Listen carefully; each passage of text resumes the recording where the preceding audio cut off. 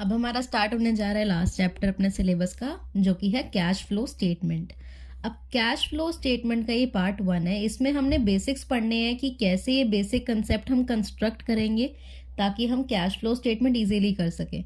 वैसे इसके अगर आपकी राइटिंग बड़ी है तो इसके क्वेश्चंस जाते हैं अप्रॉक्सीमेटली 2 पेजेस के। ठीक है, डरियो मत सुन के, 2 पेजेस के जाते हैं। बट अगर आपकी राइटिंग ठीक है, मतलब छोटी है, इतनी भी बड़ी नहीं जैसे मेरी है, तो आपका आ जाएगा 1 या 2 पेज में, 1 या मतलब 1.5 पेज में आपका आंसर आ जाएगा। वो ये नहीं है कि आपके अकाउंट्स इतने बड़े बनते हैं, वो एक फॉर्मेट होता है। मैं देखो फॉर्मेट दूंगी, उसको तुम्हें अच्छे से रटना है। अब इसको मैं कह दूं कि रटना ही है, ठीक है, अच्छे से। तो रटने के बाद ही आपका क्या होएगा, ये इजी हो सकता है ये आपका कैश फ्लो स्टेटमेंट। मैं अगर अपने एक इंसिडेंस बताऊं तो मेरा क्या था कि मेरे को कैश फ्लो स्टेटमेंट में सबसे ज़्यादा डर लगता था, और मुझे था कि मेरी कभी भी कैश फ्लो स्टेटमेंट मैच नहीं होती। वो क्या होता है, 3 एक्टिविटीज़ होती हैं हमें पढ़नी होती हैं। First is operating, second is investing and the third is financing. तो ये 3 एक्टिविटीज़ होती हैं। ये एक्टिविटीज़ लिख ले एक बार कॉपी में। तो एक्टिविटीज़ ये 3 होती हैं बेसिकली। तो क्या होता है कि मेरे उसको ना मैच करनी चाहिए, ये आपस में ना कुछ होता है, तो वो हम पढ़ेंगे आगे। बट क्या था कि मेरे को बहुत डर लगता था कि इतना बड़ा क्वेश्चन है, इतने बड़े हैं, मैं नहीं कर सकती, मैं छोड़ कर आऊँगी, मैंने ये सोच लिया था। बट क्या हुआ, मैंने कैसे ना रो पिट के मैंने अच्छे से करा, दिमाग दमूग लगा के मैंने सब अच्छे से ये करा, ये वाला चैप्टर। और तुम माने कि मेरे पेपर में पहले अटेम्प्ट में ही पूरा का पूरा मैच कर लिया वो। ठीक है, इस करके क्या करना, तूने भी अच्छे से समझना है। समझने के बाद क्या करना है, अपना इम्प्लाई करना है क्वेश्चंस में। इसकी क्या होती है, एडजस्टमेंट्स में ही थोड़ा बहुत वो होता है। जब आपको अगर एडजस्टमेंट्स आ गई ना, तो आपको जो फॉर्मेट है वो तो रटवाई दूंगी मैं। फॉर्मेट रटने के बाद हमने क्या करना है, सिर्फ उसमें वैल्यूज पुट करते रहनी है। क्लियर। तो हम स्टार्ट करते हैं पार्ट 1। तो कैश फ्लो स्टेटमेंट से मतलब क्या समझ आ रहा है, कैश का फ्लो, आपके बिजनेस में कैश का क्या फ्लो है, मतलब आपकी इनफ्लो कितनी है, आपकी आउटफ्लो कितनी है, कितना पैसा आ रहा है, आप कितना रेवेन्यू जनरेट कर रहे हो, उसमें से कितने खर्चे तुम दे रहे हो। अगर मैं 10,000 कमा रही हूँ तो मैं अगर 9,000 सिर्फ खर्चों में लगा रही हूँ और मेरा 1,000 का प्रॉफिट हो रहा है, तो मुझे सोचने की ज़रूरत है कि मैं इतना बिजनेस कर भी रही हूँ तो मेरे को सिर्फ 1,000 का प्रॉफिट ही हो रहा है, इसका क्या मतलब है। ठीक है, तो ये होती है कैश फ्लो स्टेटमेंट। आपकी जज करके बताएगी कि आपकी जो एक्टिविटीज चल रही हैं बिजनेस में, उसके अंदर आपका पैसा जो आ रहा है वो ठीक आ रहा है, मतलब कैश फ्लो आपका ओके है, आपको आपकी कंपनी में इन्वेस्ट करना चाहिए किसी को या नहीं करना चाहिए, वो इस बेस पे जज करता है कि आपके कंपनी का कैश फ्लो कैसा है। क्लियर। अब इसका एक बार मतलब पढ़ते हैं, कैश फ्लो का मतलब क्या होता है। Let me show you once या देख ये meaning. A cash flow statement is an important tool used to track, या फिर कह सकते हैं used in tracking the cash flows and its source for an organization। तो कैश फ्लो स्टेटमेंट क्या है, एक बहुत ही इंपॉर्टेंट टूल है जिसे हम यूज करते हैं अपनी कैश फ्लोज को ट्रैक करने के लिए। कितना पैसा आ रहा है, कितना पैसा जा रहा है, इसे ट्रैक करने के लिए हम कैश फ्लो स्टेटमेंट का यूज करते हैं। And its sources for an organization, या फिर कहाँ कहाँ से आ रहा है उसको भी यूज कर लेते हैं हम। ठीक है, तो ये बेसिक मीनिंग है। उसके बाद आता है it is also known as statement of cash flows. Cash flow statement का दूसरा नाम क्या होता है, स्टेटमेंट ऑफ कैश फ्लोज, उल्टा। ठीक है, it is prepared as per AS3। तो इसको हम प्रिपेयर किस बेस पे करते हैं, 1 मार्क का क्वेश्चन आ सकता है, किस बेस पे हम प्रिपेयर करते हैं इसे। It is prepared as per AS3। तो अकाउंटिंग स्टैंडर्ड 3 के हिसाब से हम इसकी पूरी जो शीट होती है स्टेटमेंट की, कैश फ्लो स्टेटमेंट की शीट होती है, वो प्रिपेयर करते हैं। क्लियर है। अब ये तो हो गई मीनिंग की बात हमारे पास। अब 2 तरीके के इनफ्लोज होते हैं, मैंने क्या बताया, 2 तरीके के फ्लो होते हैं। इसमें 2 तरीके के फ्लो होते हैं। एक होता है इनफ्लो, इनफ्लो का मतलब क्या होता है, पैसा आना। और एक होता है आउटफ्लो, आउटफ्लो का मतलब क्या होता है, पैसा जाना। क्लियर। तो ये 2 टाइप के फ्लोज होते हैं जो आपको याद रखने हैं। अब आपको ये तो समझ आ गया क्या होता है। आप क्या पढ़ते हैं इसमें, कंटेंट पढ़ते हैं कि हमने कौन कौन सा कंटेंट पढ़ना है इस चैप्टर में। इस चैप्टर में कंटेंट्स है basically preparation of accounts. Accounts prepare करने हैं हमने अलग अलग चीज़ों के, मैं बता दूंगी कौन से, तो वो अकाउंट्स प्रिपेयर करने हैं। फिर होती है एक्टिविटीज़ 3 टाइप की, उसका फॉर्मेट याद करना है। तो जो 3 टाइप की एक्टिविटीज़ होती है ना, उसी के बेस पे पूरे कैश फ्लो का स्टेटमेंट बनती है, उसी के बेस पे फॉर्मेट बनता है। तो 3 एक्टिविटीज़ कौन सी होती हैं, ये आपको याद रखनी बहुत ज़रूरी है क्योंकि यही बेस है उसका कैश फ्लो स्टेटमेंट का। एक होती है ऑपरेटिंग, एक आपकी होती है investing and the third one is financing. ठीक है, 3 टाइप की एक्टिविटीज क्या होती है अपनी, operating, investing and financing. Clear. उसके बाद हमने क्या पढ़ना है, इंपॉर्टेंट एडिशनल पॉइंट्स। कुछ एडिशनल पॉइंट्स आते हैं वो ज़रूरी होते हैं, तो मतलब जो ज़रूरी होंगे मैं वही करवाऊंगी क्योंकि वही आते हैं पेपर में मोस्टली, इवन कि मेरे में भी वही आए थे। तो इंपॉर्टेंट एडिशनल पॉइंट्स करेंगे, फिर करेंगे practical 6 marks question, practical questions करेंगे 6 मार्कर। उसके बाद 1 मार्क का क्वेश्चन भी कर लेंगे जो शॉर्ट क्वेश्चंस आ सकते हैं इस पे कैश फ्लो स्टेटमेंट पे। ठीक है, तो पहले हम क्या शुरू कर रहे हैं, पहले शुरू कर रहे हैं हम अपना फर्स्ट कंटेंट, वो क्या है, प्रिपरेशन ऑफ अकाउंट्स। तो हमें कौन कौन से अकाउंट्स प्रिपेयर करने हैं, ठीक है, कौन कौन से अकाउंट्स प्रिपेयर करने हैं पहले वो देख। पहले एक करना है हमें फिक्स्ड एसेट्स अकाउंट।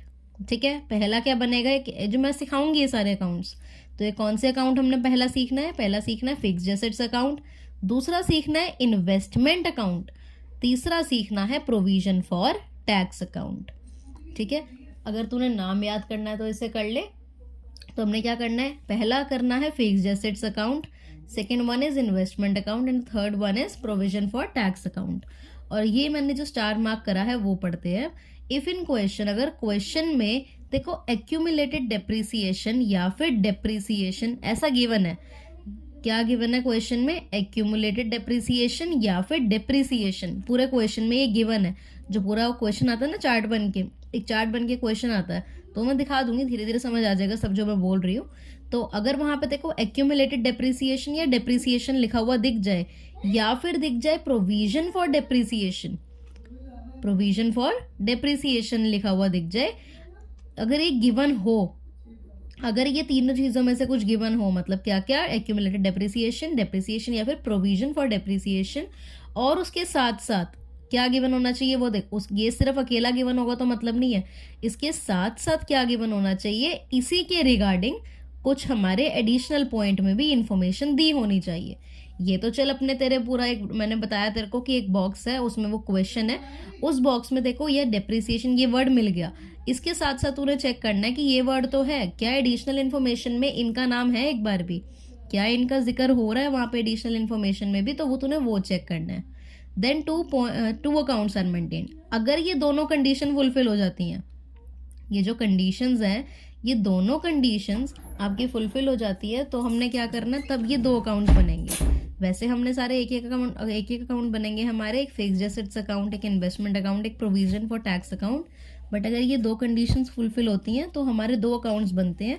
वो कौन से होते हैं, एक फिक्स्ड एसेट्स का अकाउंट होता है जो कि ये सेम वाला ऐसा ही बनेगा, और एक एक्यूमुलेटेड डेप्रिसिएशन का अकाउंट होता है। तो 2 अकाउंट्स कौन से होंगे, एक फिक्स्ड एसेट्स का अकाउंट होता है और एक एक्यूमुलेटेड डेप्रिसिएशन का होता है। तो 1 बाय 1 ये सारे अकाउंट्स पढ़ते हैं। तो पहला फिक्स्ड एसेट्स का अकाउंट देखते हैं, यहाँ पहले मैं ड्रॉ कर देती हूँ फिर दिखाती हूँ। अब ये वाला फिक्स्ड एसेट्स अकाउंट है। फिक्स्ड एसेट्स अकाउंट का फॉर्मेट क्या है, बहुत इजीली है। अब देख, ये नॉर्मल बनाना है, पर्टिकुलर्स अमाउंट। अब क्या होता है, जो भी आपका फिक्स्ड एसेट्स का ओपनिंग बैलेंस दिया होता है ना, ओपनिंग बैलेंस वो इस साइड आता है, टू बैलेंस बीडी के नाम से क्या आता है यहाँ पे, ओपनिंग बैलेंस।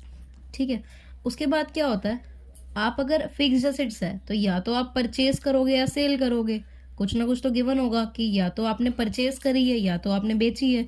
अगर आपने परचेज करी है कोई फिक्स्ड एसेट, तो आपकी आती है टू बैंक के नाम से परचेज, ऐसे ब्रैकेट में लिखना है परचेज और टू बैंक। अगर कुछ परचेज है तो इस साइड आएगी। यही अगर इन केस कोई सेल है, तूने अपनी फिक्स्ड एसेट, कोई जो तेरे पास एसेट थी वो तूने सेल करी है बाहर, अगर सेल करी है तो वो यहाँ पे आएगी क्रेडिट साइड में बाय बैंक के नाम से। अगर परचेज करी है तो टू बैंक के यहाँ पे, और अगर सेल करी है तो बाय बैंक के नाम से सेल। और क्या होता है फिक्स्ड एसेट्स पे, और क्या चीज़ें लगती है, फिक्स्ड एसेट पे एक डेप्रिसिएशन भी तो लगता है कि ऑलरेडी डेप्रिशिएट हो रही होती है उसकी ईयर टू ईयर वैल्यू। तो फिक्स्ड एसेट पे जो भी डेप्रिसिएशन लग रहा है ये वाला नहीं है, ये वाला जो फिक्स्ड एसेट का अकाउंट या एक्यूमुलेटेड डेप्रिसिएशन का बनाना है, ये वाला अकाउंट नहीं है, ये नॉर्मल अकाउंट है जो सिर्फ फिक्स्ड एसेट्स का बना रहे हैं अकेले। तो उस पर कोई ना कोई तो डेप्रिसिएशन होगा ही नॉर्मल, तो उसका डेप्रिसिएशन जो भी होगा बाय डेप्रिसिएशन करके यहाँ पे हमने लिखना है। इस साइड आता है डेप्रिसिएशन। अब तूने अगर कोई बाय चांस है, अगर तूने कोई सेल करी है, जो अगर फिक्स्ड एसेट है, मैंने एज्यूम कर लिया कि तूने बाहर सेल करी है, 10,000 की थी तेरे पास फिक्स्ड एसेट, तूने मेरे को 15,000 में बेची है, तो तेरा क्या हुआ है, अभी प्रॉफिट हुआ है कितने का, 5,000 का। तो प्रॉफिट अब जितना भी होगा प्रॉफिट आएगा इस साइड। 2P&L करके प्रॉफिट ऑन सेल लिखना ब्रैकेट में, और यहाँ पे कितना आ जाएगा, जो मैंने एग्जांपल दिया उसके हिसाब से 5,000 था, तो यहाँ पे 5,000 का अमाउंट आ जाएगा। जो भी प्रॉफिट होगा वो यहाँ पे आएगा। अब इन केस तेरे पास 10,000 की एसेट थी और वो कोई नहीं खरीद रहा था, तो तूने मेरे को कहा कि तू ले ले, तो मैंने कहा चल ठीक है मैं ले लेती हूँ। तो मैंने वो कितने में ली, मैंने 10,000 में नहीं ली, मैंने ली 6,000 में। तो अगर मैंने वो चीज़ 6,000 में ली है और वो इन जेन्युइन 10,000 की थी, तो 4,000 का मेरा क्या हो गया, लॉस। तेरा लॉस हो गया ना 4,000 का। तो बाय P&L करके लॉस ऑन सेल यहाँ पे लिख के 4,000 लिख देना है। ठीक है, ये इतना सा ही अकाउंट है, इसके बजाय इसमें और कुछ नहीं आता। ओपनिंग बैलेंस इस साइड है और क्लोजिंग बैलेंस यहाँ आता है। ठीक है, जो भी आपका बैलेंस बचेगा ना, मोस्ट प्रोबेबली इस साइड ही बचता है हमेशा। तो बाय बैलेंस CD करके क्लोजिंग ऐसे लिख के यहाँ पे आपका क्लोजिंग बैलेंस आ जाता है। ओके, उसके बाद क्या होता है, जब आप टोटलिंग करते हो तभी तो आपकी जाके आती है ये। जब आपने टोटलिंग कर ली तभी जाके आपकी यहाँ पे बैलेंस आ जाती है, बैलेंसिंग फिगर आती है। ठीक है, तो ये छोटा सा अकाउंट इसमें क्या था कि ओपनिंग बैलेंस इस साइड है, तो क्लोजिंग बैलेंस ऑफ कोर्स अब ऑपोजिट साइड ही आएगा। अब या तो फिक्स्ड एसेट आप सेल करोगे या परचेज करोगे। अगर परचेज करोगे तो इस साइड लिखोगे, सेल करोगे तो इस साइड लिखोगे। आएगा किस नाम से, सिर्फ बाय बैंक या टू बैंक के नाम से। अगर डेप्रिसिएशन कोई लगा होगा फिक्स्ड एसेट पे तो वो इस साइड आएगा। अब अगर कोई प्रॉफिट हुआ है या कोई लॉस हुआ है, फिक्स्ड एसेट अगर आपने बेची है तो प्रॉफिट हुआ होगा या लॉस होगा। तूने अगर 10,000 की खरीद 10,000 में तो नहीं बेचेगी आगे, तो अब प्रॉफिट हुआ तो इस साइड आएगा हमारा डेबिट साइड, 2P&L करके प्रॉफिट ऑन सेल। और अगर कोई लॉस हुआ है तो बाय P&L करके लॉस ऑन सेल आएगा। एक तरीका याद करने का, PP वाली आइटम सारी इस साइड आती है। यहाँ पे सारी P नाम की आइटम्स आती हैं। वो क्या होती है, टू बैंक करके परचेज, परचेज भी P से ही है तो इस साइड आती है। अब प्रॉफिट भी P से ही होता है तो इस साइड आता है। ठीक है, ये एक तरीका याद करने का जिससे हमने भी करा था, तो ऐसे भी याद कर सकती है। ये तेरा क्या बन गया, इतना ही होता है फिक्स्ड एसेट का अकाउंट, और कुछ नहीं होता है इसमें। तो ये तो बन गया फिक्स्ड एसेट का अकाउंट। अब सेम क्या आता है, इन्वेस्टमेंट का अकाउंट। तो मैं देखो इसी में समझा देती हूँ क्या होता है, ये साथ साथ में बनाई जाए। अभी बना ले पहले रोक के वीडियो, ये फिक्स्ड एसेट का अकाउंट बना ले, फिर इन्वेस्टमेंट अकाउंट सिखाती हूँ। अब इन्वेस्टमेंट अकाउंट देखते हैं, फिक्स्ड एसेट छोड़, अब फिक्स्ड एसेट नहीं कर रहे हम, अब कर रहे हैं इन्वेस्टमेंट अकाउंट। तो इन्वेस्टमेंट अकाउंट में क्या होता है, ये चीज़ देख। नॉर्मल यहाँ पे आता है to balance BD, opening balance का आएगा इसी साइड ही आएगा। ठीक है, उसके बाद क्या होगा, इन्वेस्टमेंट्स या तो आपने परचेज करी होगी या सेल करी होगी। कोई आपके पास इन्वेस्टमेंट होगी जो आपने आगे बेची होगी, या फिर आपने कोई इन्वेस्टमेंट ही परचेज कर ली होगी। यही होता है ना, या तो बेचते हो या खरीदते हो।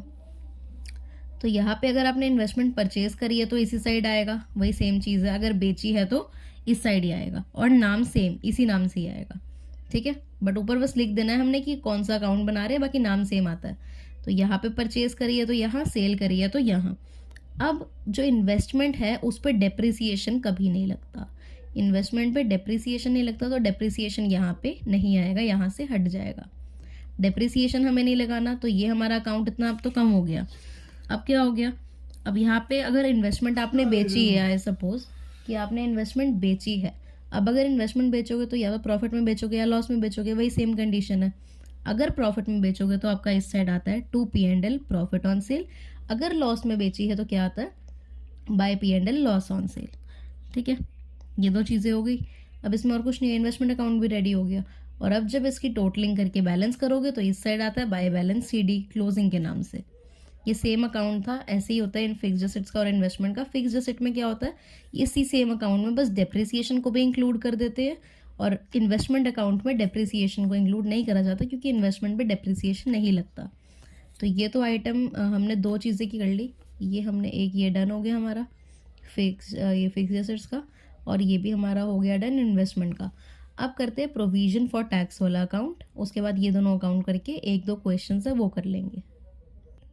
अब प्रोविजन फॉर टैक्स पहले समझते हैं कि होता क्या है। प्रोविजन फॉर टैक्स से नाम से ही समझ आ रहा है कि टैक्स देना है हमने, और उसके लिए क्या बनाना है, प्रोविजन। मतलब कोई रिजर्व बनाना है, कुछ पैसा इकट्ठा करना है ताकि हम टैक्स दे सके। प्रोविजन फॉर टैक्स बनाना है। तो कंपनी क्या करती है, जब भी उसको पता होता है कंपनी को कि उसने टैक्स देना है, तो वो क्या करती है, उसको एक साल पहले पता ही होता है, साल की स्टार्टिंग में उसे पता लग जाता है ना कि उसको टैक्स देना है इतना। तो क्या होता है इस प्रोविजन फॉर टैक्स में कि वो इसी साल, अब ये मैंने क्या कहा, ये साल तो नया है, अब ये जो करंट ईयर चल रहा है, इससे पुराने वाले साल में ही कंपनी को पता है कि हाँ उसने इस साल टैक्स देना है। इतना समझ आया? अब उसको पता है जब कंपनी को कि इस साल उसने टैक्स देना है, तो वो पहले 1 साल पहले से अपना प्रोविजन बना लेगी टैक्स का। तो ये जो बनाएगी ये उसे करंट ईयर में देना है, करेक्ट। उसने टैक्स कहाँ देना है? उसने टैक्स देना है करंट ईयर में। तो उसने प्रोविजन फॉर टैक्स किस लिए बना लिया? प्रोविजन फॉर टैक्स उसने 1 साल पहले ही बना लिया। अब जब उसने 1 साल पहले ही प्रोविजन बना के रेडी कर लिया, क्यों करा है, रीजन क्या है करने का? ताकि वो इस साल पे कर सके, ठीक है, इस साल पे कर सके।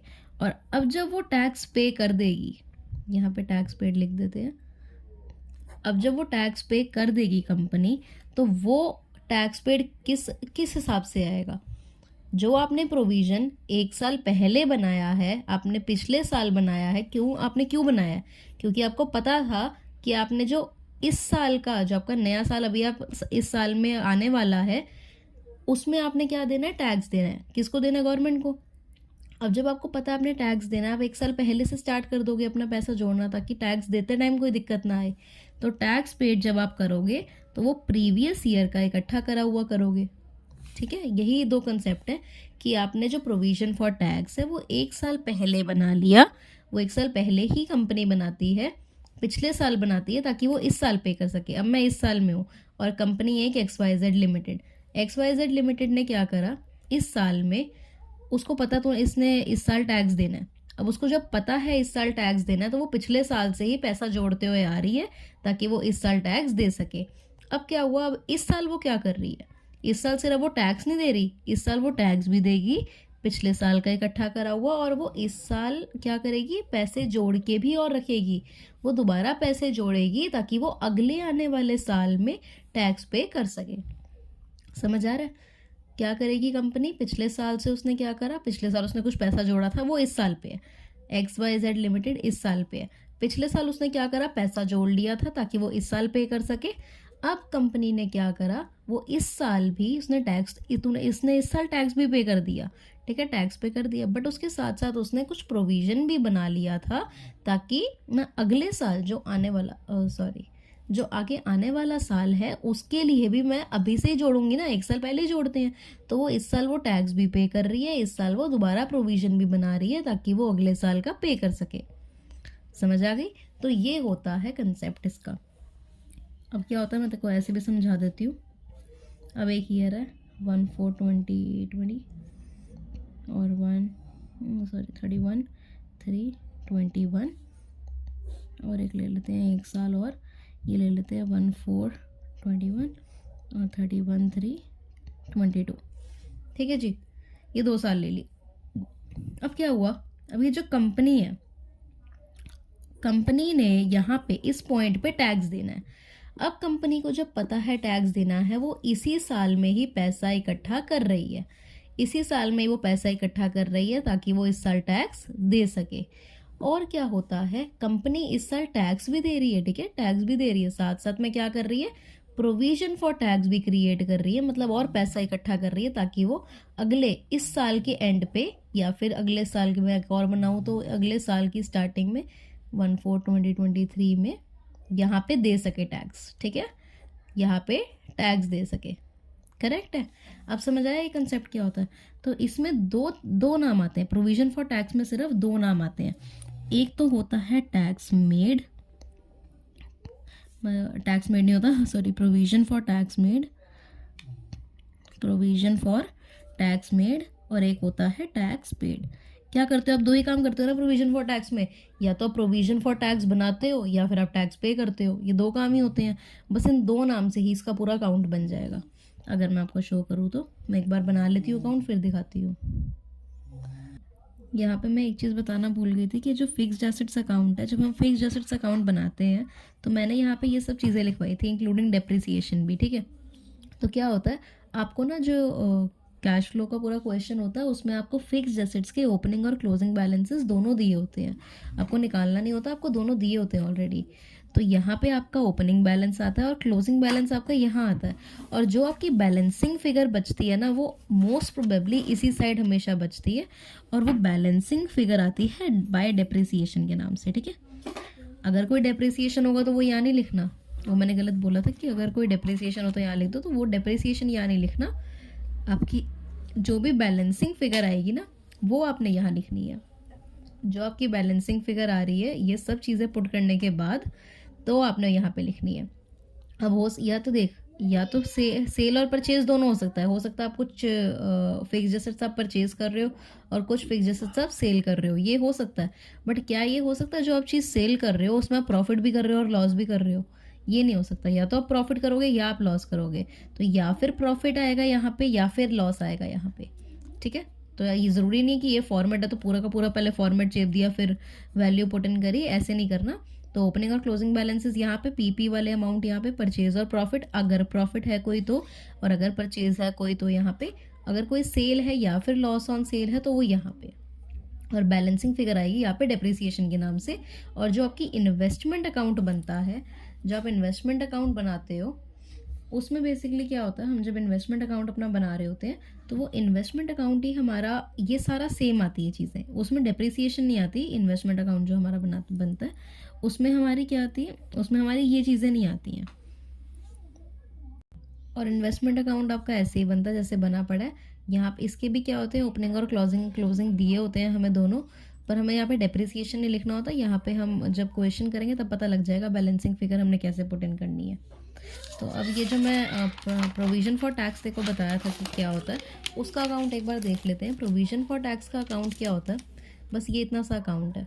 क्या होगा, जो भी आपका ओपनिंग बैलेंस है प्रोविज़न फॉर टैक्स में आपको ओपनिंग और क्लोजिंग बैलेंस दोनों दिए होते हैं। यहाँ पे ये जो चीज़ें होती है ना फिक्स्ड एसेट्स इन्वेस्टमेंट वगैरह, इनके ओपनिंग क्लोजिंग दोनों दिए होते हैं। तो प्रोविज़न फॉर टैक्स का ओपनिंग बैलेंस कहाँ पे आएगा, आपका इस साइड क्रेडिट साइड आएगा। ये प्रोविजन फॉर टैक्स एक लायबिलिटी है ना कि आप लायबिलिटी के लिए प्रिपेयर कर रहे हो, आपके फ्यूचर में खर्चा है तभी के लिए आप अभी प्रोविजन फॉर टैक्स क्रिएट कर रहे हो। तो आपका यहाँ पे आएगा आपका ओपनिंग बैलेंस क्रेडिट साइड, तो बाय बैलेंस बीडी। अब यहाँ पे ओपनिंग है तो ऑफ कोर्स सामने क्लोजिंग होगा, तो क्लोजिंग बैलेंस सामने, ये आपको गिवन होता है उस क्वेश्चन में ना, ये ओपनिंग बैलेंस और क्लोजिंग बैलेंसेस आपको गिवन होते हैं। तो ये दोनों ओपनिंग यहाँ पे है, क्लोजिंग यहाँ पे। अब इसमें क्या होता है, बैलेंसिंग फिगर कैसे आती है, या तो आपको बोला होगा कि टैक्स पेड है या फिर बोला होगा प्रोविजन फॉर टैक्स मेड, या तो इन्होंने ये गिवन करा होगा या तो आप इन्होंने ये गिवन करा होगा, दोनों नहीं होंगे क्वेश्चन में, दोनों गिवन नहीं होंगे, या तो ये होगा गिवन या तो ये होगा।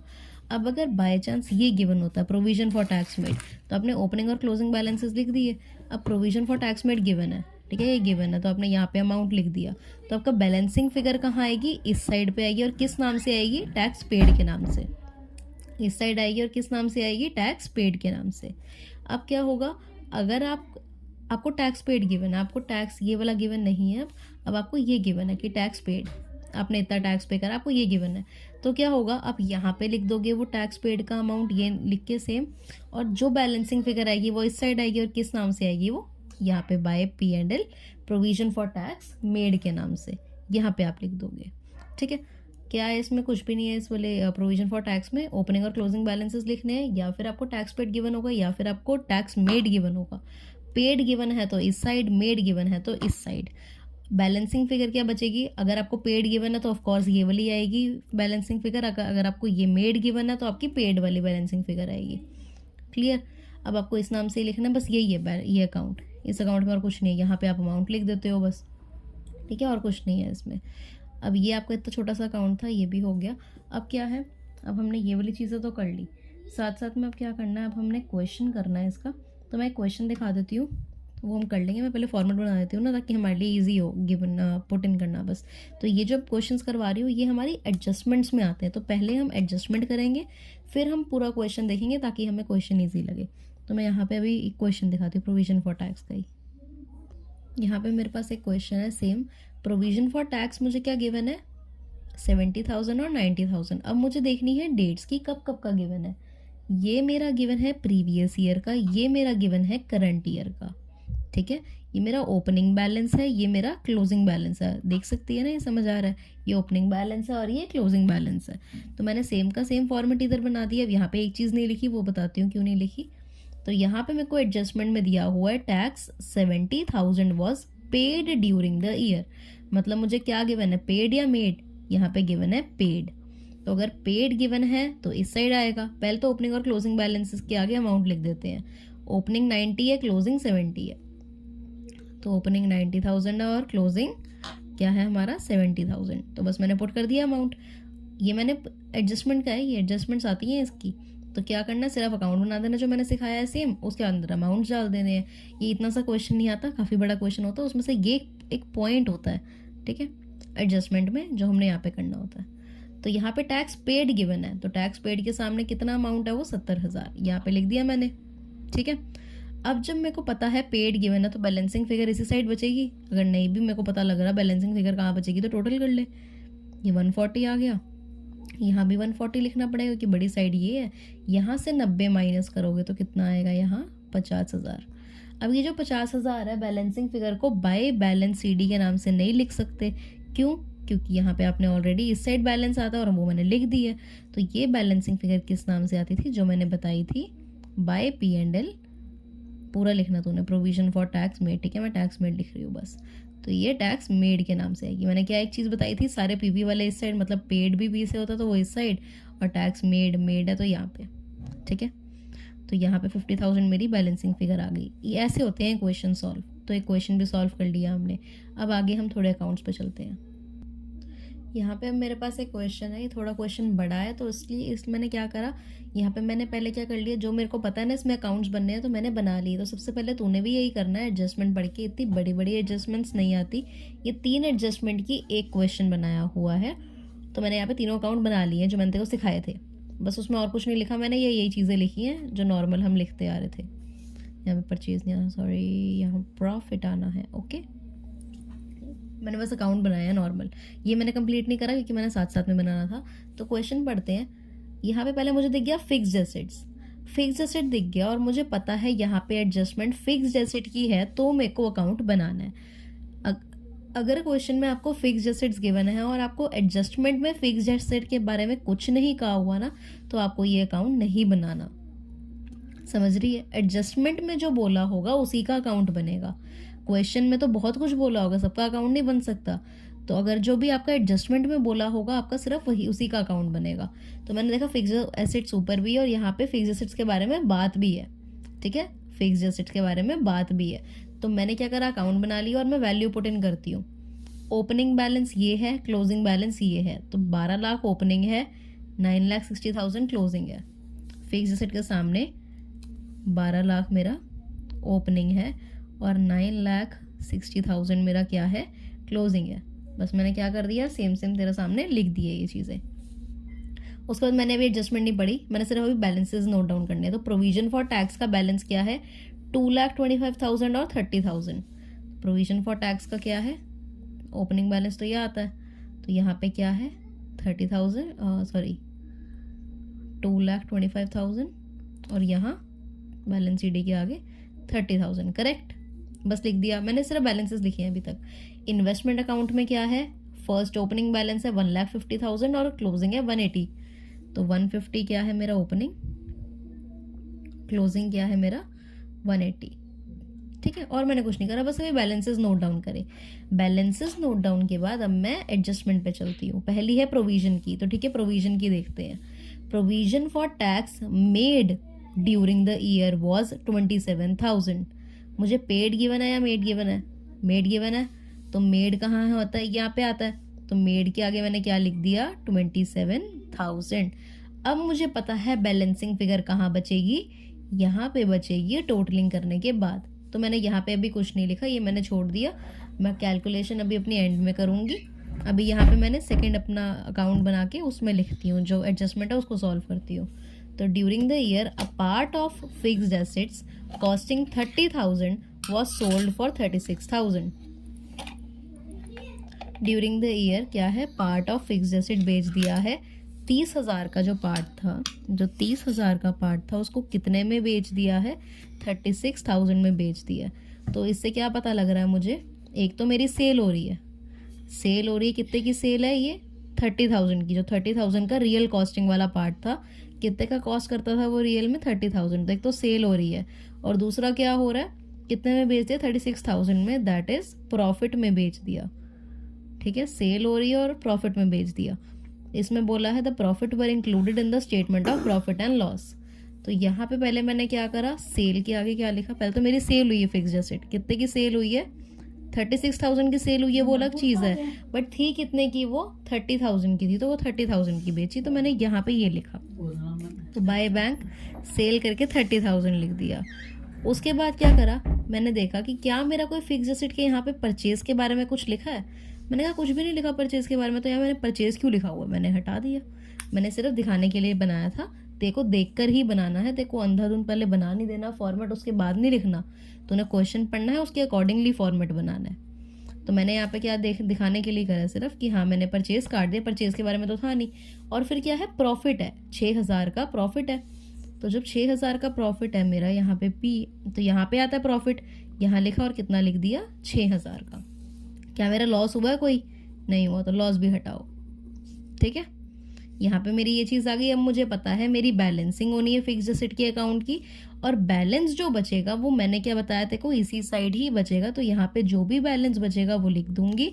और किस नाम से आती है बैलेंसिंग फिगर, बैलेंसिंग फिगर आती है फिक्स्ड अकाउंट में बाय डेप्रिसिएशन के नाम से, बाय डेप्रिसिएशन अकाउंट के नाम से आपकी बैलेंसिंग फिगर आती है। करेक्ट, मेरी सेकेंड एडजस्टमेंट भी हो गई। अब क्या है, मेरी बस थर्ड रहती है, वो भी पढ़ लेती हूँ। Investment costing 24,000 were sold during the year for 25,500। तो 24,000 की क्या थी, तेरी इन्वेस्टमेंट थी, उसे सेल करा है। तो एक चीज़ क्या हुई है, एक तो हुई है आपकी सेल, सेल के बाद क्या हुआ है, सेल के बाद वो कितने में बिकी है, 24,000 की 25,500 में बिकी है। तो आपको ये कम की थी और ज़्यादा की बिकी है, तो मतलब आपको हुआ है प्रॉफिट। अब प्रॉफिट कितने का हुआ है, 5500 का, इतने का आपको प्रॉफिट हुआ है। सेल हुई है एक तो, और एक प्रॉफिट हुआ है। तो सेल हमारी कहाँ पे आती है, यहाँ पे किस नाम से आती है, बाय बैंक के नाम से, बाय बैंक करके हम सेल लिखते हैं। तो कितने की इन्वेस्टमेंट थी जो आपने बेची है, वो थी 24,000 की। ठीक है, 24,000 की थी वो, और आपको प्रॉफिट में बेची है, तो प्रॉफिट कहाँ आता है, यहाँ पे। तो टू बैंक करके आपका यहाँ पे पी लिख के प्रॉफिट आता है। तो प्रॉफिट कितने का आया आपको, 5500 का, लिख दिया। अब उसके बाद क्या है, यहाँ पे हमने क्या करनी है, इसकी कैलकुलेशन करनी है। और इन्वेस्टमेंट अकाउंट में हमेशा बैलेंसिंग फिगर किस नाम से आती है, हम इस क्वेश्चन में सीखेंगे।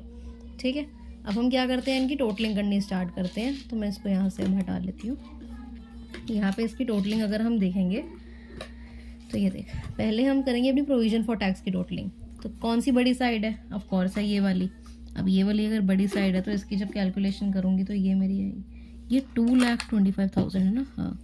तो इसकी आपकी टोटलिंग आएगी 2,52,000, ये भी 2,52,000। ठीक है, और यहाँ पे आपको जो 30,000 माइनस करोगे तो ये जो बैलेंसिंग फिगर बचेगी वो बचेगी 222,000। ठीक है, 2,22,000 की टैक्स पेड ये फिगर आ गई। तो ये एक अकाउंट हमारा डन हो गया। उसके बाद आता है हमारा दूसरा अकाउंट, दूसरा अकाउंट भी हमने सीख के बना लिया। अब बस क्या करनी रह गई थी, टोटलिंग। तो ऑफ कोर्स ये वाली साइड बड़ी होगी, ये कितनी है, 12,06,000। यहाँ पे भी क्या आएगा, 12,06,000। उसके बाद यहाँ पे डेप्रिसिएशन के नाम से हमारा क्या बचनी थी, बैलेंसिंग फिगर। तो डेप्रिसिएशन के नाम पे तो हमने लिख दिया पूरा। पता है क्या लिखते हैं यहाँ पे, बाय डेप्रिसिएशन नहीं लिखते, सिर्फ यहाँ पे लिखते हैं bye depreciation during the year. तो तू लिख ली वो भी। तो यहाँ पे जो बैलेंसिंग फिगर आएगी वो हमारी आएगी 2,10,000। ठीक है, ये हमारा हो गया। अब क्या आता है, हमारा इन्वेस्टमेंट अकाउंट आता है लास्ट वाला, जो हमने क्या सीखना था कि इसमें बैलेंसिंग फिगर किस नाम से आती है। तो पहले मैं टोटलिंग कर लेती हूँ। कौन सी साइड बड़ी है मेरी बड़ी है ये वाली साइड। तो कितनी आ रही है इसका टोटल, 500, यहाँ पे 205,500। ठीक है, अब बैलेंसिंग फिगर किस साइड आएगी, इस साइड। बैलेंसिंग फिगर किस साइड आएगी हमारी, इस साइड। अब जो भी बैलेंसिंग फिगर आएगी इन्वेस्टमेंट अकाउंट में, इन्वेस्टमेंट अकाउंट की बैलेंसिंग फिगर हमेशा किस नाम से आती है, टू बैंक करके, और ये परचेज। मतलब बैलेंसिंग फिगर इस नाम से आती है कि आपने परचेज करी है, यही एज्यूम करते हैं हम कि आपने इन्वेस्टमेंट परचेज करी है, तभी यहाँ पे बैलेंसिंग फिगर आ रही है। तो इन्वेस्टमेंट अकाउंट में बैलेंसिंग फिगर किस नाम से आती है, टू बैंक परचेज के करके। ठीक है, अब जब हमने ये चीज़ कर ली तो अमाउंट भी लिख देते हैं। अमाउंट क्या आ रहा है, जब हमने माइनस करा यहाँ से अमाउंट आएगा 54,000। ठीक है, अब हम अपने नेक्स्ट क्वेश्चन पे चलते हैं। अब ये हमने एक नई चीज़ समझनी थी, वो मैं समझाती हूँ। अब क्या होता है, एक मैं कंसेप्ट क्या समझा रही हूँ। अब मैंने सपोज करा कि एक मेरे पास फिक्स्ड एसेट है जिसकी कॉस्ट क्या है 50,000। एक मेरे पास फिक्स्ड एसेट है, उसकी कॉस्ट क्या है 50,000। उस पर मैंने क्वेश्चन में मैंने पढ़ा कि उस पर लिखा है कि डेप्रिसिएशन लग रहा है कितने का, 30,000 का। डेप्रिसिएशन लग रहा है कितने का, 30,000 का। और मुझे क्या बोला गया है, अब मेरे को ये चीज़ बता, अगर कॉस्ट इतनी है, डेप्रिसिएशन इतना लग रहा है, तो असली में वैल्यू कितनी होनी चाहिए इसकी, 20,000। असली में वैल्यू इसकी कितनी होनी चाहिए, 20,000 होनी चाहिए, ठीक है। बट जब सेल की बारी आई तो मुझे क्वेश्चन में गिवन है कि इसको मैंने सेल कर दिया है 15,000 में, ठीक है। क्वेश्चन में बोला कि इतनी कॉस्ट थी, इतना उसको उस पर डेप्रिसिएशन लग गया, तो असल कॉस्ट कितनी हुई उसकी, अब 20,000। उस 20,000 की चीज़ को सेल कर दिया है 15,000 में। तो अब बता क्या हुआ, ये तो नॉर्मल चीज़ है। यहाँ पे लॉस हुआ हमारा 5,000 का, ठीक है जी। ये हमारा क्या हुआ, लॉस हुआ 5,000 का। ये चीज़ हमें समझ आती है। अब क्या करना है, हमने इसी को एक क्वेश्चन में पुट करना है ताकि हमारे लिए इजी हो जाए, इस करके ये कंसेप्ट समझाया था। ये मैं अब अकाउंट बता रही हूँ तुझे, ये कौन सा अकाउंट है, ये अकाउंट है वो पॉइंट वाला जो हमने देखा था ना, जो मैंने बताया था अगर आपकी दो कंडीशंस फुलफिल होती है तो आप दो अकाउंट्स बनाते हो। That is one is fixed assets account and second one is accumulated depreciation account. तो उसका फॉर्मेट यहाँ पे देखते हैं। फिक्स्ड एसेट अकाउंट का फॉर्मेट सेम वही रहता है। बैलेंस जो ओपनिंग होता है वो यहाँ पे, क्लोजिंग यहाँ पे, परचेजेस यहाँ पे और सेल यहाँ पे, ठीक है। अब एक चीज़ मैं बताती हूँ, परचेज अगर कोई है तो वो यहाँ पे, सेल है तो यहाँ पे, प्रॉफिट है तो यहाँ पे, लॉस है तो यहाँ पे। इसमें क्या होता है, आपको एक एक्यूमुलेटेड डेप्रिसिएशन का अमाउंट दिया होता है, ठीक है। एक्यूमुलेटेड डेप्रिसिएशन का, गेटिंग इट। अब क्या होता है, आपको क्वेश्चन में ही एक्यूमुलेटेड डेप्रिसिएशन दिया होता है जो आपको यहाँ पे लिखना होता है, इस साइड पे बाय एक्यूमुलेटेड डेप्रिसिएशन करके आपको यहाँ पे लिखना होता है। जब आपने ये लिख दिया उसके बाद आप टोटलिंग करते हो, टोटलिंग करने के बाद आपका बैलेंस इसी साइड ही बचता है मोस्ट प्रोबेबली। तो वो किस नाम से आता है, वो आता है आपका टू बैंक करके, परचेज के नाम से, ठीक है। परचेज के नाम से आपका बैलेंस आता है। फिर क्या करते हो, साइमल्टेनियसली आपको एक्यूमुलेटेड डेप्रिसिएशन का अकाउंट बनाना होता है। और इस अकाउंट में क्या होता है, बाय बैलेंस बीडी मतलब ओपनिंग बैलेंस यहाँ पे, क्लोजिंग बैलेंस यहाँ पे। ओपनिंग बैलेंस इसका यहाँ होता है, क्लोजिंग बैलेंस यहाँ होता है। अब क्या होता है, जो आपने एक्यूमुलेटेड डेप्रिसिएशन का अमाउंट यहाँ पे लिखा होता है ना, उसी को आपने उठा के यहाँ पे लिखना होता है। बट एक्यूमुलेटेड डेप्रिसिएशन तो जिसका अकाउंट बना रही है उस अकाउंट के नाम में उसकी सेम चीज़ तो नहीं लिख सकते। उस चीज़ को जहाँ से आप उठा रहे हो वहाँ से आप लेते हो, उस अकाउंट का नाम लेते हो जहाँ से उस चीज़ को उठा रहे होते हो। तो एक्यूमुलेटेड, अगर फिक्स्ड एसेट्स के अकाउंट में बाय एक्यूमुलेटेड डेप्रिसिएशन है तो एक्यूमुलेटेड डेप्रिसिएशन के अकाउंट में टू फिक्स्ड एसेट्स लिखेंगे।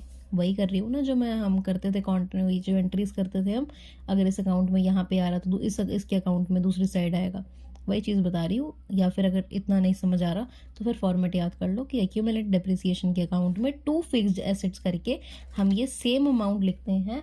कौन सा अमाउंट, जो हमने फिक्स्ड एसेट्स में एक्यूमुलेटेड डेप करके यहाँ पे अमाउंट लिखा होता है, वही सेम यहाँ पे लिखते हैं टू फिक्स्ड एसेट्स करके।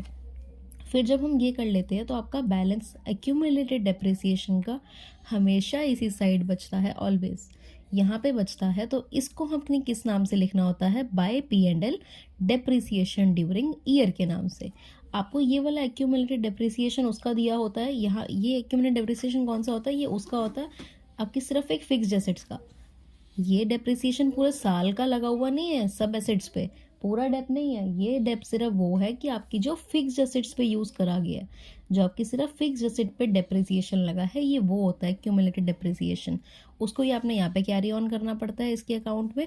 और फिर हम क्या लिख देते हैं, बाय P&L या डेप ड्यूरिंग द ईयर, इस नाम से आपकी बैलेंसिंग फिगर आ जाती है। तो ये अकाउंट, आपको ये दो अकाउंट बनाने होते हैं। अब क्या करते हैं, मैं तुझे क्वेश्चन दिखाती हूँ, उस क्वेश्चन के हिसाब से हमने क्या करना है, बस इसमें पुट करेंगे, इसी फॉर्मेट में पुट करूँगी, तभी यहाँ पे मैंने XX नहीं लिखा, तो इसी फॉर्मेट में हम पुट करेंगे, ठीक है। तो late me show you, just a moment. यहाँ पे देख,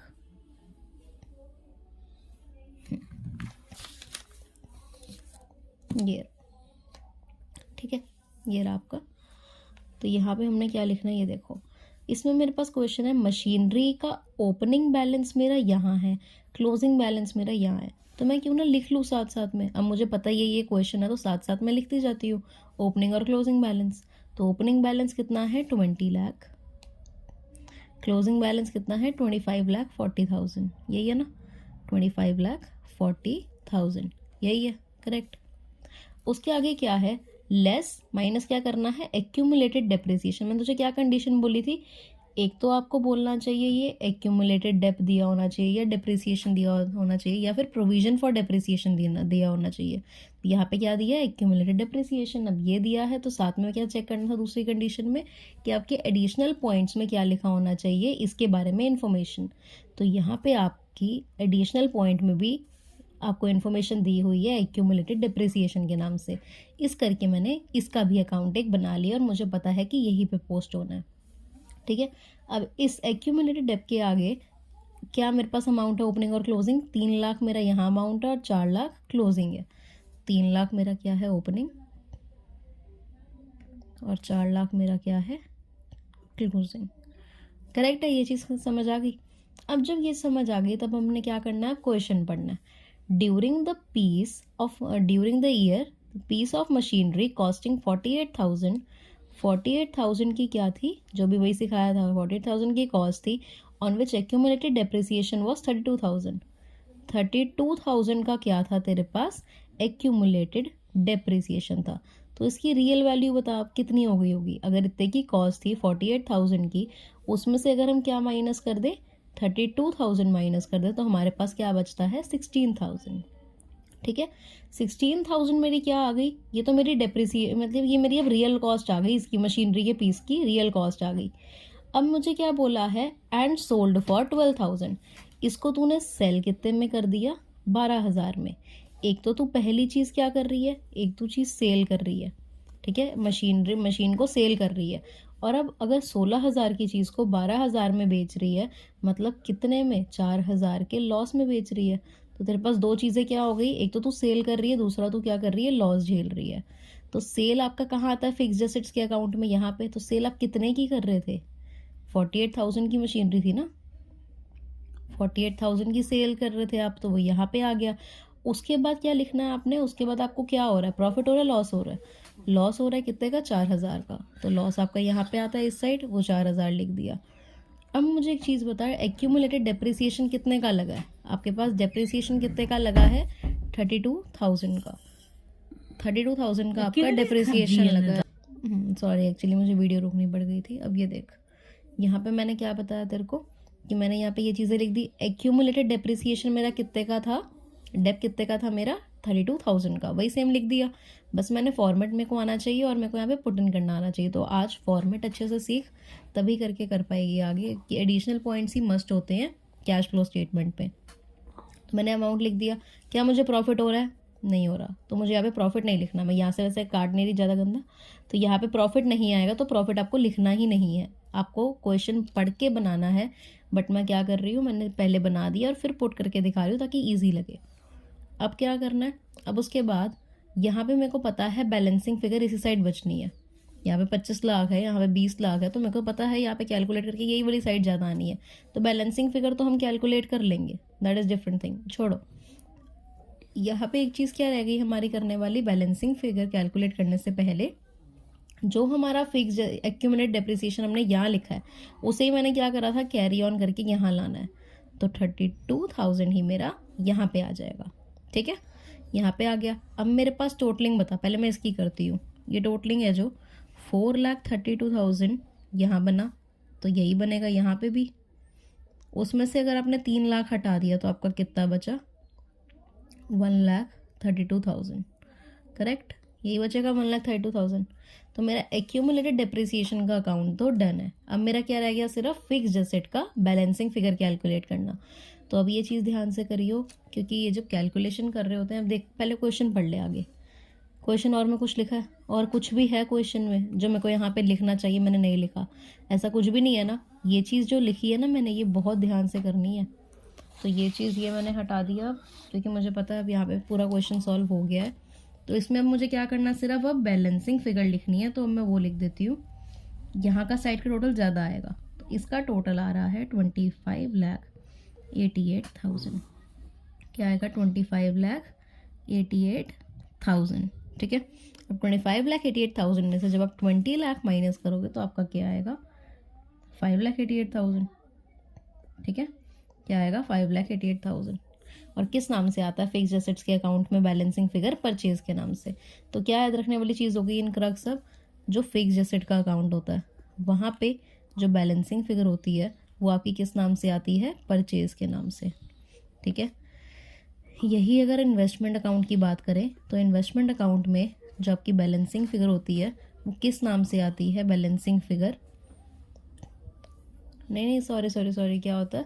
जबकि फिक्स्ड एसेट्स होता है ना, फिक्स्ड एसेट्स में वैसे तो डेप्रिसिएशन के नाम से आती है परचेज या डेप। ठीक है, वैसे तो मोस्ट प्रोबेबली डेप्रिसिएशन के नाम से आती है जब आप सिंगल अकाउंट बना रहे होते हो, बट जब आप 2 अकाउंट बना रहे होते हो ना तो उसमें आपकी यहाँ पे ऑलरेडी क्योंकि एक्यूमुलेटेड डेप्रिसिएशन आ गया होता है, इस करके आपकी बैलेंसिंग फिगर परचेज बचती है, और इसमें तो ऑलवेज परचेज होती है। ठीक है, ये आपकी इन केस ऑफ 2 अकाउंट्स होता है, परचेज आती है जब, वरना आपकी डेप्रिसिएशन ही होती है। फिर क्या आता है? Provision for tax. तो प्रोविजन ऐसे लिख रही हूँ मैं, प्रोविजन फॉर टैक्स। तो ये तो तेरे को पता ही है, या तो एक मेड होता है टैक्स मेड और एक होता है पेड। अब मैंने क्या बताया? पीपी वाले सारे इस साइड आते हैं और मेड या कोई भी एस वगैरह जो भी होते हैं बाकी वो इस साइड आते हैं। पेड है तो वो इस साइड आएगा, बाकी जो बचे यहाँ पे आएंगे। तो ये 3 का हो गया, और 4th और 5th अकाउंट का ये रहा जो यहाँ पे मैंने बनाया। ये हार्ड नहीं है, ये बहुत ईजी हैं ये क्वेश्चंस। तो ये पहले तो ये सारे अकाउंट्स अच्छे से फॉर्मेट बना के कर, ताकि फॉर्मेट में कोई गलती ना हो। इसी तभी करके फिर हम जो एडिशनल पॉइंट्स अगर उसको ट्रीट करना आ गया तो क्वेश्चन हमारे लिए कुछ नहीं रहेगा, क्योंकि उसमें हमने सिर्फ जो पूरा हमारा बनना है ना, पूरा फॉर्मेट बनना है, उसको हमने याद करना है, रटना है, ताकि हम वैल्यूज़ पुट इन कर सकें। तो बस यही करना है हमने। तो ये भी आई होप हो गया। अब हमने ये भी चीज़ कर ली। ये मैं एक बार दोबारा समझा देती हूँ कैसे कैसे याद रखना है। कॉस्ट थी आपकी 48,000 किसी चीज़ की, उस पर आपने डेप लगाया 32,000 का। अब वो कितने की हो गई चीज़? वो हो गई अब 16,000 की चीज़ हो गई। उसको आपने सेल कितने में कर दिया? सेल आपने कर दिया उसे 12,000 में। ठीक है, तो अब क्या हुआ? इतने की तो थी वो, इतने में आपने बेच दिया, तो 4,000 का आपको लॉस हो गया। इतना करेक्ट है? 4,000 का लॉस हो गया। तो आपको कंसिडरेशन में क्या क्या चीज़ें लेनी होती है? जितने की आप बेच रहे हो इसे कंसिडर करना है, जो आप डेप लगा रहे हो वो कंसिडर करना है। फिर कितने की आप बेच रहे हो आपको ये नहीं देखना, आप कितने की अब हो गई है इन रियलिटी वो भी नहीं देखना, आपको देखना है लॉस या प्रॉफिट। अगर लॉस हो रहा है तो वो कंसिडर करो, प्रॉफिट हो रहा है तो वो कंसिडर करो। तो ये 3 चीज़ें इन क्वेश्चंस में कंसिडर करनी पड़ती है जब आप 2 अकाउंट्स बना रहे होते हो। जब आप ये चीज़ें कैलकुलेशन करते हो तब आपको समझ आता है कि आपने ये तीनों चीज़ें कंसिडर करनी है, और ये दोनों चीज़ें नहीं करते कंसिडर, क्योंकि लिखते ही नहीं है कहीं अकाउंट में। तो आई होप ये हो गया। आप देखो ये वीडियो दोबारा देखने का तो नहीं मैं कहती, ये है कि अगर तूने साथ साथ में अकाउंट्स बनाए हैं तो बहुत बढ़िया, अगर नहीं बनाए तो दोबारा देख और अकाउंट साथ साथ में बना ताकि समझ आ जाए। बाकी अब हम नेक्स्ट पार्ट में करते हैं आगे का।